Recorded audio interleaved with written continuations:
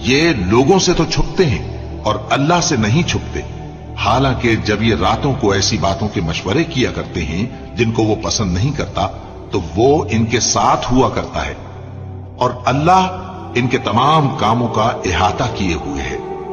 بھلا تم لوگ دنیا کی زندگی میں تو ان کی طرف سے بحث کر لیتے ہو، سو قیامت کے دن ان کی طرف سے اللہ کے ساتھ کون بحث کرے گا اور کون ان کا وکیل بنے گا؟ اور جو شخص کوئی برا کام کر بیٹھے یا اپنے حق میں ظلم کر لے پھر اللہ سے بخشش مانگے تو اللہ کو بڑا بخشنے والا، بڑا مہربان پائے گا۔ اور جو کوئی گناہ کرتا ہے تو اس کا وبال اسی پر ہے، اور اللہ سب کو جاننے والا ہے، حکمت والا ہے۔ اور جو شخص کوئی قصور یا گناہ تو خود کرے لیکن اس کا الزام کسی بے گناہ پر ڈال دے تو اس نے بہتان اور کھلے گناہ کا بوجھ اپنے سر پر رکھا۔ اور اے نبی، اگر تم پر اللہ کا فضل اور اس کی مہربانی نہ ہوتی تو ان میں سے ایک جماعت تم کو بہکانے کا قصد کر ہی چکی تھی، اور یہ اپنے سوا کسی کو بہکا نہیں سکتے اور نہ تمہارا کچھ بگاڑ سکتے ہیں۔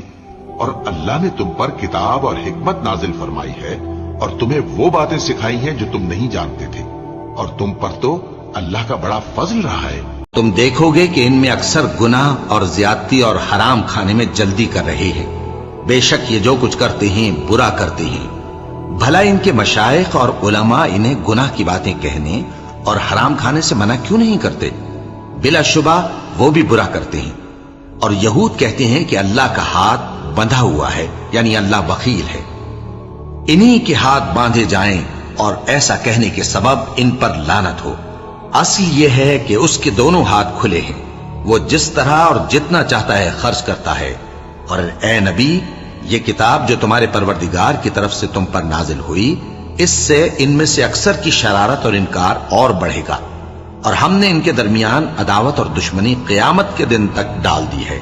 جب کبھی انہوں نے لڑائی کی آگ جلائی، اللہ نے اس کو بجھا دیا، اور یہ ملک میں فساد کے لیے دوڑتے پھرتے ہیں، اور اللہ فساد کرنے والوں کو دوست نہیں رکھتا۔